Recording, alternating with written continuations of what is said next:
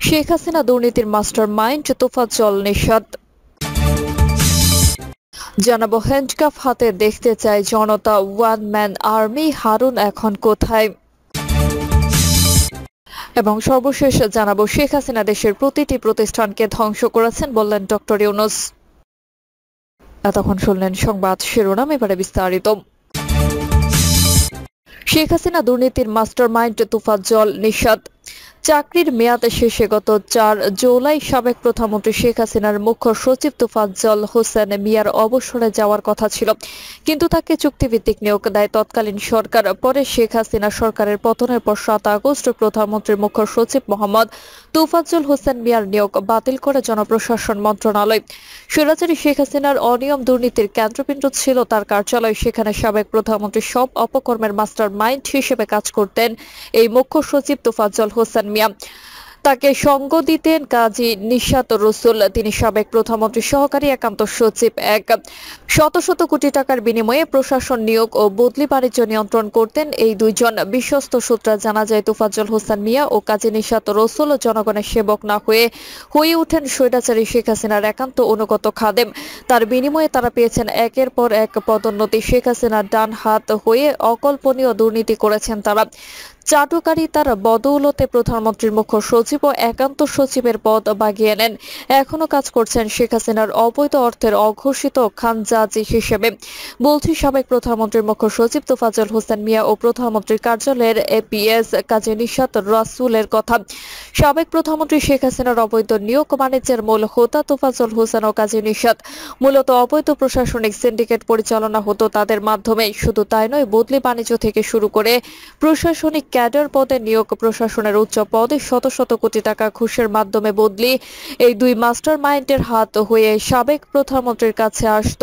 সেই ঘুষের হিসাব প্রধানমন্ত্রীর কাছে পৌঁছে দিতেন সিন্ডিকেটের এই দুই হোতা।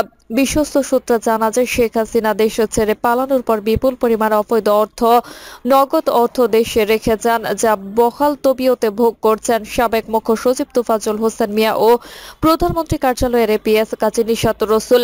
সারা দেশে শক্ত প্রশাসনিক সিন্ডিকেট তৈরি করে সরকারের সকল সংস্থাকে নিয়ন্ত্রণ করত তারা। এপিএস কাজী নিশাত তার স্বামী শহীদুল ইসলামকে শেখ হাসিনা যোগ সাজুসে ঢাকা জেলা প্রশাসকের পদ পাইয়ে দেন বলে অভিযোগ রয়েছে। এছাড়া দুর্নীতি দমন কমিশনে তাদের সিন্ডিকেটের প্রশাসনিক ক্যাডার নিয়োগের মাধ্যমে অনেক দুর্নীতি ধামাচাপা দেওয়া হতো বলে সূত্রে জানা গেছে। শেখ হাসিনা দেশে থেকে পালানোর পর এক এক করে বের হতে থাকে সব থলের বিড়াল। বের হয় সারা দেশে বহাল তবিয়তে থাকা প্রশাসনিক 40 ক্যাডারের অপরাধ কার্যক্রম। পতিত স্বৈরাচারী শেখ হাসিনা সরকারের দোসর বেশিরভাগই বহাল তবিয়তে বসে থাকায় সাধারণ কর্মকর্তা কর্মচারীদের মধ্যে চরম ক্ষোভ ও অসন্তোষ প্রকাশ করতে থাকে। এরপর থেকে দেশের প্রায় সব প্রতিষ্ঠানে শুরু হয় বদলি অপসারণ।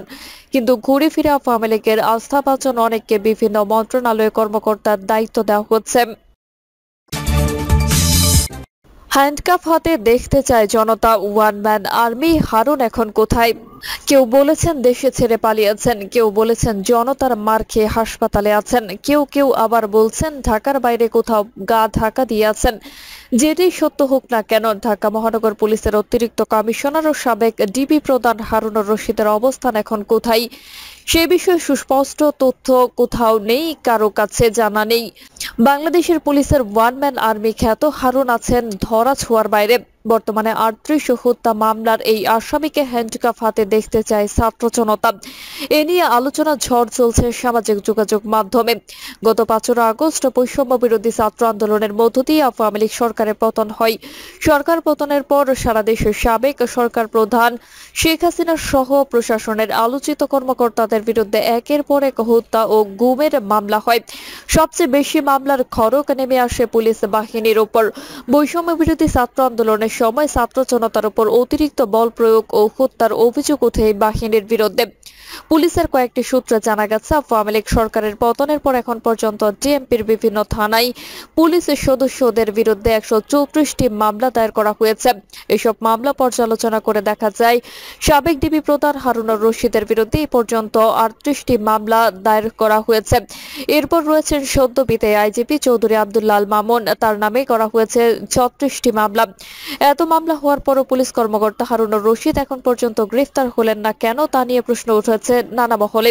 অনেকে সামাজিক যোগাযোগ মাধ্যমে প্রশ্ন করেছেন, ডিবি হারুন এখন কোথায় আছেন, তিনি দেশে আছেন কিংবা জীবিত আছেন কিনা, এইসব প্রশ্ন করেছেন। হারুনের অবস্থান নিয়ে পুলিশ কিংবা স্বরাষ্ট্র মন্ত্রণালয় এখনো কিছু জানায়নি। হারুন আসলে কোথায় আছেন? একটি সূত্র নিশ্চিত করেছে আলোচিত পুলিশ কর্মকর্তা হারুনুর রশিদ এখনো জীবিত আছেন এবং দেশে আছেন। সরকার পতনের পর দেশ থেকে পালিয়ে যাওয়ার চেষ্টা করেন হারুন, কিন্তু পালাতে না পেরে তিনি দেশেই অবস্থান করছেন। 5 আগস্টের পর একদিন মারধরের শিকার হয়েছিলেন তিনি। গুরুতর আহত অবস্থায় ঢাকা সিএমএইচ হাসপাতালে ভর্তি করা হয় তাকে। ডিএমপির একজন দায়িত্বশীল কর্মকর্তা ঢাকা পোস্টকে বলেন, ডিএমপি পুলিশের নিজস্ব হোয়াটসঅ্যাপ গ্রুপে হারুনের ছবি দেখা গেছে। তিনি অসুস্থ অবস্থায় সিএমএইচ এ ভর্তি ছিলেন। এরপর ছবিটি ডিলিট করে দেওয়া হয়।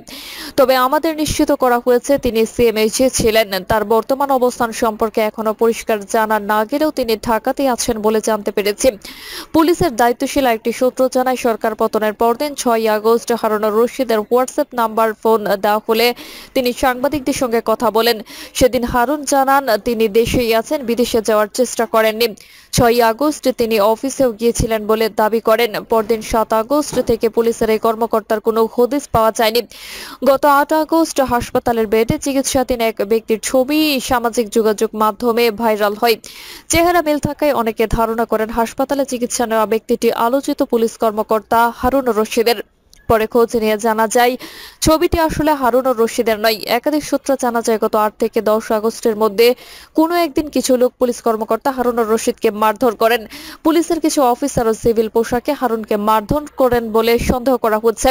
পুলিশ কমান্ডার কন্ট্রোল সেন্টারের সামনে এই ঘটনা ঘটে। মারধরের বিষয়টি প্রশাসনের বিভিন্ন সূত্রে নিশ্চিত হওয়া গেছে। তবে সাধারণ মানুষ নাকি পুলিশের সদস্যরা মারধর করেছেন সেটি নিশ্চিত হওয়া যায়নি। পরে হারুনকে গুরুতর আহত অবস্থায় ঢাকা সিএমএইচে নিয়ে যাওয়া হয়। 6 সমন্বয়কে হেফাজতে নিয়ে সমালোচিত হন হারুন। বৈষম্য বিরোধী ছাত্র আন্দোলনে চলার সময় গত 26 জুলাই বিকেলে ও দিবাগত রাতে আন্দোলনের 6 সমন্বয়ককে নিরাপত্তার কথা বলে ডিবি হেফাজতে নেওয়া হয়। সেখানে তাদের নির্যাতন করা হয় এবং পরে সমন্বয়কদের দিয়ে জোর করে আন্দোলন প্রত্যাহারের ঘোষণাপত্র পড়ানো হয় বলে অভিযোগ ওঠে। টানা 6 দিন ডিবি কার্যালয়ে রাখার পর সমালোচনার মুখে 6 সমন্বয়ককে পরিবারের জিম্মায় ছেড়ে দেওয়া হয়। সমন্বয়করা বের হয়ে জানান তাদের দিয়ে জোর করে আন্দোলন প্রত্যাহারের ঘোষণা দেওয়ানো হয়। 6 সমন্বয়ককে বিনা কারণে ডিবি হেফাজতে রাখায় বিভিন্ন মহল তৎকালীন ডিবি প্রধান হারুনের সমালোচনা করেন। এর মধ্যে সরকারপন্থী সমালোচকেরাও রয়েছেন। এর প্রেক্ষিতে গত 31 জুলাই হারুনকে বদলি করে ডিএমপির ক্রাইম অ্যান্ড অপারেশনস বিভাগে নেওয়া হয়। ফোন রেকর্ড ফাঁস। বাংলাদেশ পুলিশের অত্যন্ত প্রভাবশালী কর্মকর্তা 2টি ফোন রেকর্ড ফাঁস হয়। এর মধ্যে একটি একজন প্রবাসী সাংবাদিকের সঙ্গে, অপরটি এক ছাত্রলীগ কর্মীর সঙ্গে। প্রবাসী সাংবাদিককে ফোনে তিনি বলেন, আমরা সরকারের দাস, সরকারের নির্দেশে আমাদের সব করতে হয়। ছাত্রলীগ কর্মীর সঙ্গে সমন্বয়কদের ধরার বিষয়ে কথোপকথনে হারুন বলেন, সমন্বয়ককে হারুন ধরে নাই, ঊর্ধ্বতন কর্তৃপক্ষের নির্দেশে হারুনের কাছে তাদের হস্তান্তর করা হয়েছে। স্বরাষ্ট্রমন্ত্রী, স্বরাষ্ট্র সচিব, আইজিপি ও এসপি প্রধানের সম্মিলিত সিদ্ধান্তে তাদের নিরাপত্তার জন্য ডিবির কাছে হস্তান্তর করা হয়েছে। আমি যদি তাদের একটা চর দিতাম তাহলে তারা বের হয়েই বলতো, এটা তারা বলেনি। আমি তাদের সঙ্গে ভালো ব্যবহার করেছি, তাদের বাবা মাকে ডেকে ভাত খাইয়েছে। সরকার পতনের পর যেভাবে পালান হারুন। গত 5 আগস্ট সরকার পতনের পর সাবেক প্রধানমন্ত্রী শেখ হাসিনার ভারতে চলে যান। প্রধানমন্ত্রী ভারতে চলে যাওয়ার পরও পুলিশের সদস্যরা অনেকেই এই খবর জানতেন না। পুলিশের আইজিপি সহ ঊর্ধ্বতন কর্মকর্তারা পুলিশ সদর দপ্তরে ছিলেন। আলোচিত পুলিশ কর্মকর্তা হারুনুর রশিদও তখন পুলিশ সদর দপ্তরে ছিলেন। সরকার পতনের পর বিক্ষুব্ধ জনতা যখন পুলিশ সদর দপ্তরের দিকে এগিয়ে আসে তখন হারুনুর রশিদ পুলিশ সদর দপ্তরের দেওয়াল টপকে মুখে মাস্ক পরে বের হয়ে যান বলে গুঞ্জন রয়েছে। এই সময় তিনি রিকশায় চড়ে নিরাপদ আশ্রয়ে চলে যান বলেও একটি সূত্র দাবি করেন। আরেকটি সূত্র অবশ্য জানিয়েছে হারুন পুলিশ সদর দপ্তর থেকে বের হয়ে সোজা চলে যান ঢাকার হযরত শাহজালাল আন্তর্জাতিক বিমানবন্দরে।